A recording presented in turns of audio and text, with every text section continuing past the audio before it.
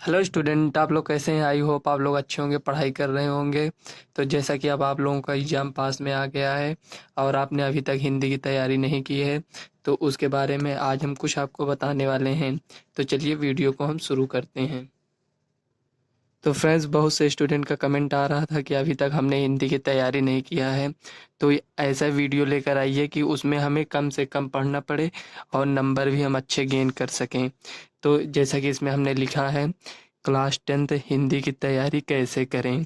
तो देखो, board paper कब से है आपका? 22 फरवरी से हिंदी के पेपर है।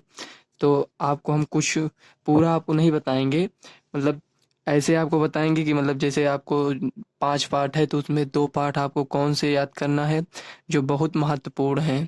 तो चलिए हम देख लेते हैं। देखो, इसमें सबसे पहले आपको क्या पढ़ना है तो हम आज बताएंगे आपको। देखो, इसमें पहले में लिखा है महत्वपूर्ण बहुविकल्पीय प्रश्न। आप बहुविकल्पीय प्रश्न तैयार कर लीजिए। ये गद्य पद्य से आपको 10 नंबर देगा, ठीक। आप 10 नंबर इससे तैयार कर सकते हैं। और ये जो व्याकरण है, अगर आप व्याकरण तैयार कर लेते हैं तो 20 से 25 नंबर आप इसमें गेन कर सकते हैं। तो ये देखिए, आपका ये गद्य पद्य तो 10 नंबर आपको दे दे रहा है, और ये जो व्याकरण है आपको 20-25 नंबर देगा। 20 से 25 नंबर आप अगर व्याकरण अच्छे से तैयार कर लेंगे तो आपको ये 20 से 25 नंबर आपको ये व्याकरण ही केवल आपको दे देगा। तो हम कहेंगे आपसे कि व्याकरण को आप ज़्यादा पढ़िएगा थोड़ा, ठीक। और इसमें 2 नंबर में है, देखिए यह 2 नंबर महत्वपूर्ण जीवन परिचय गद्य का। हमें गद्य का देखना है जीवन परिचय, जो आपको ये 3 नंबर देगा, ठीक। ये हमने साइड में लिखा है यहाँ 3, ये 3 नंबर है लिखा है, ठीक। इसमें आपको केवल 2 ही याद कर लीजिएगा। जीवन परिचय आचार्य रामचंद्र शुक्ल का, और दूसरे नंबर पर है जयशंकर प्रसाद। ये बहुत मोस्ट इम्पॉर्टेंट हैं। ये ये दोनों लगभग हर सेट में आपको देखने को मिल जाएंगे। अगर आप इसमें से एक या दो, अगर आप एक और याद कर सकते हैं तो आप अपने मन से आप एक और याद कर लीजिएगा जीवन परिचय, आपको ज़्यादा हेल्प मिल जाएगी।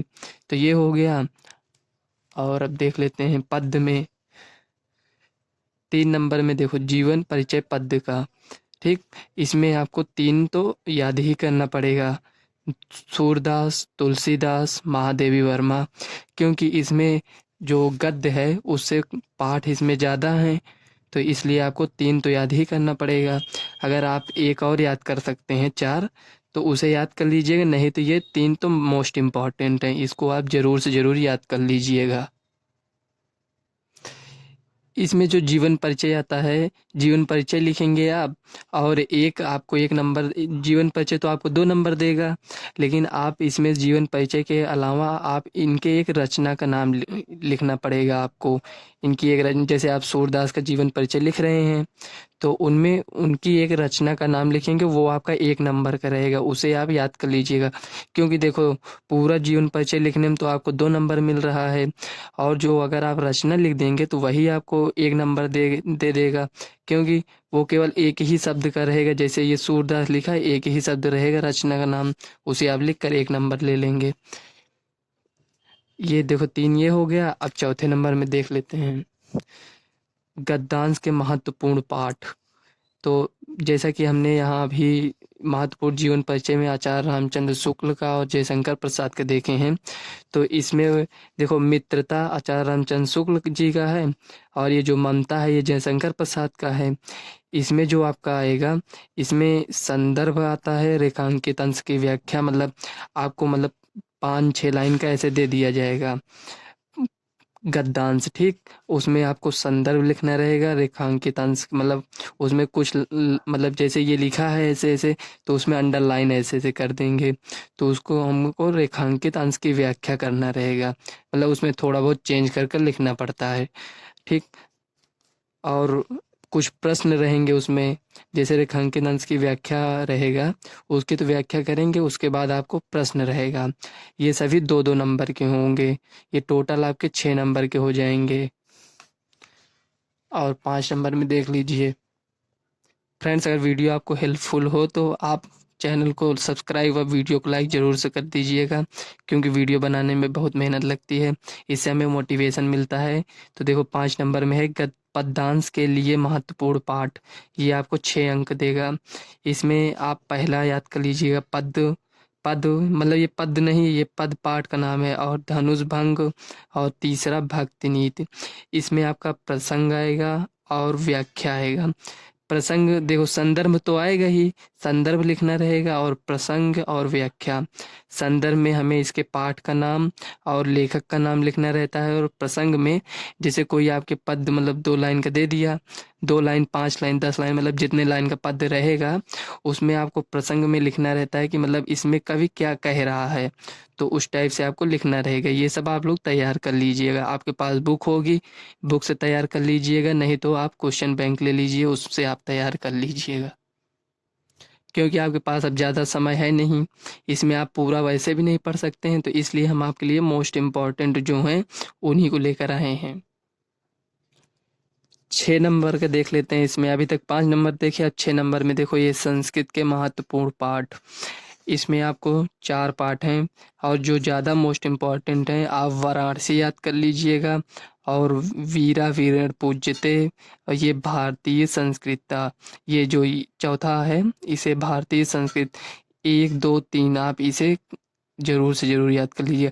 अगर आपको ये नहीं याद करना है तो आप ये मतलब 3 तो आपको मतलब याद ही करना है, जैसे वाराणसी हो गया, प्रबुद्ध ग्रामीणा हो गया, भारतीय संस्कृत।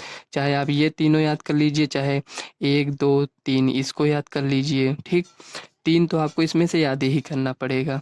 तो इसमें आपको अनुवाद आता है, मतलब जो ये वाराणसी चैप्टर है, इसमें आपको एक पैराग्राफ दे दिया जाएगा, उसका अनुवाद करना रहेगा। वो आपको कितने 4 नंबर देंगे वो अनुवाद। और इससे रिलेटेड आपको क्वेश्चन आंसर भी पूछा जाता है। तो ये जो क्वेश्चन आंसर होता है ये 2 नंबर का होता है, ठीक। अब 7 नंबर में देख लीजिए। 7 नंबर में ये जो दिया है, 7 नंबर में दिया है पत्र लेखन। इसमें आपको पत्र लेखन में गंदगी की समस्या याद कर लीजिएगा, बिजली समस्या, शुल्क मुक्ति, ये 3 तो कन्फर्म है, आप इसे याद कर लीजिएगा।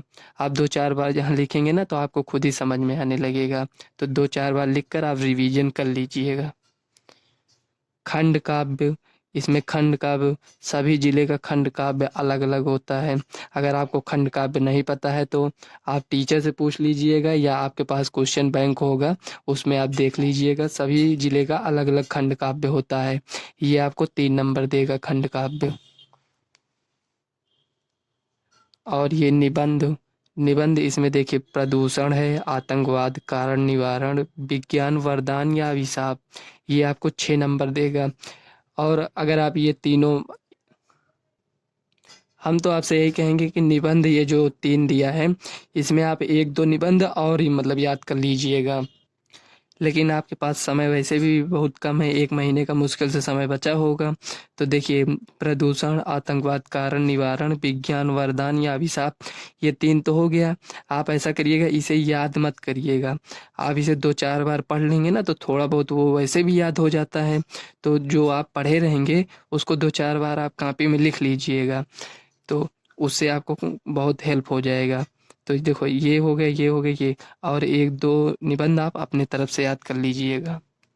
याद करने का मतलब यही है कि मतलब आप उसे 2-4 बार पढ़ लीजिएगा, वैसे भी आपको उतना वो आधा याद हो जाएगा। और 2-4 बार कॉपी में लिखेंगे ना तो वो पूरी तरह से आपको याद हो जाएगा। ये निबंध आपको 6 अंक देगा। अब ये सब तो हो गया, अब जो आप इतना मतलब जितना आप याद कर चुके होंगे उसे आप कट कर दीजिएगा कि हाँ ये हमें अब याद हो गया है।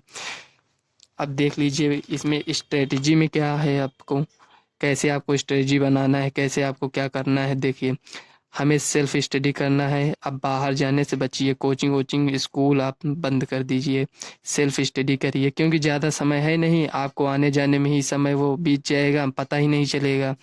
और ज़्यादा से ज़्यादा क्वेश्चन सॉल्व करिए, प्रीवियस ईयर के क्वेश्चन आप ज़्यादा से ज़्यादा सॉल्व करिएगा।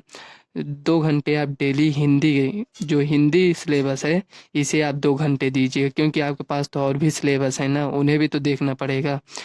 और अनसॉल्व्ड, वही अनसॉल्व जो आपको यहाँ हम बता दिए हैं क्वेश्चन, मतलब सॉल्व करिएगा ज़्यादा से ज़्यादा। और स्कूल जाना बंद कर दें। अभी स्कूल जाने से वैसे भी कोई मतलब नहीं निकलेगा, क्योंकि जो पढ़ना था आपने साल भर वैसे भी पढ़ा है। तो अब घर पर बैठकर आप रिवीजन करिए, या आप नहीं पढ़े हैं तो घर पर आप पढ़िए, सेल्फ स्टडी करिए। अदर सब्जेक्ट पर भी ध्यान दें। हाँ, जैसा कि आपको अभी हमने बताया कि आपके पास तो हिंदी एक सब्जेक्ट थोड़ी है, आपके पास और भी सब्जेक्ट हैं, तो उसे भी आप ध्यान दीजिएगा। क्योंकि हिंदी अगर आपने पहले पढ़ा है तो ठीक है, नहीं पढ़े हैं तो आप डेली 2 घंटे देंगे तो वो कवर हो जाएगा। आप अदर सब्जेक्ट पर भी इसी तरह 1 डेढ़ घंटे 2 घंटे दीजिएगा। टोटल आप 5 6 घंटे या 8 घंटे आप पढ़ाई करिए, इतनी समय आपका कंप्लीट हो जाएगा। तो हम आशा करते हैं आपको ये वीडियो अच्छी लगी होगी। तो वीडियो को लाइक व चैनल को सब्सक्राइब कर लेना, ताकि आने वाले वीडियो का नोटिफिकेशन आप तक सबसे पहले पहुँचे। तो चलिए मिलते हैं नेक्स्ट वीडियो में, तब तक के लिए बाय।